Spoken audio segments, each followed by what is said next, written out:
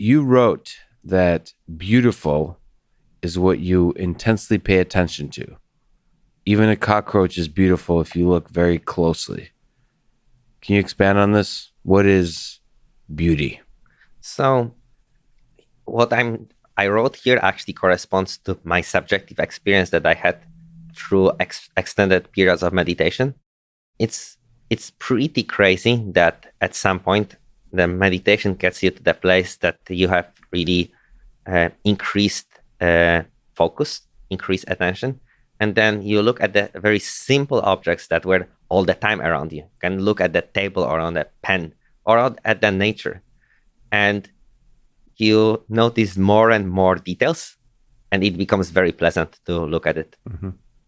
And it once again, it kind of reminds me my childhood, like a just pure joy of being.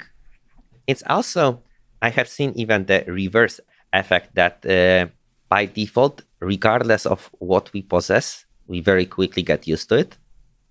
And, you can have a very beautiful house, and if you don't put sufficient effort, you're just going to get used to it. Mm-hmm. And it doesn't bring any more joy, regardless of what you have. Yeah. Well, I actually, I find that material possessions get in the way of that experience of pure joy. So I've been very fortunate to just find joy in simple things, just like you're saying. Just like, I don't know, objects in my life, just stupid objects like this cup, like thing, just objects. Sounds okay. I'm not being eloquent, but literally objects in the world. They're just full of joy because it's like, I can't believe, that I'm fortunate enough to be alive to experience these objects. And then two, I can't believe humans are clever enough to have built these objects. The hierarchy of pleasure that provides is infinite. I mean, even if you look at the cup of water, so, you see first like a level of like a reflection of light, but then you think, man, there's like a trillions upon of trillions of particles bouncing against each other. There is also the tension on the surface that, if the back could like stand on it and move around.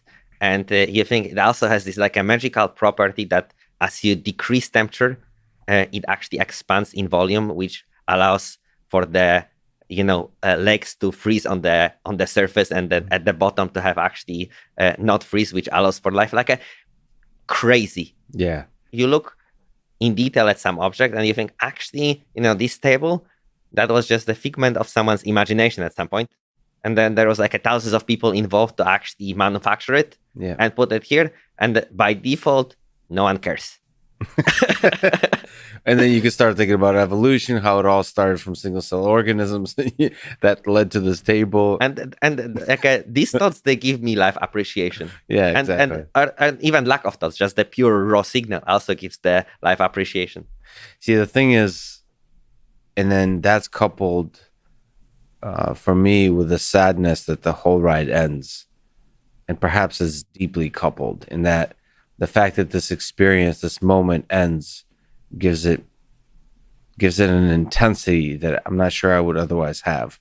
So in that same way, I try to meditate on my own death often,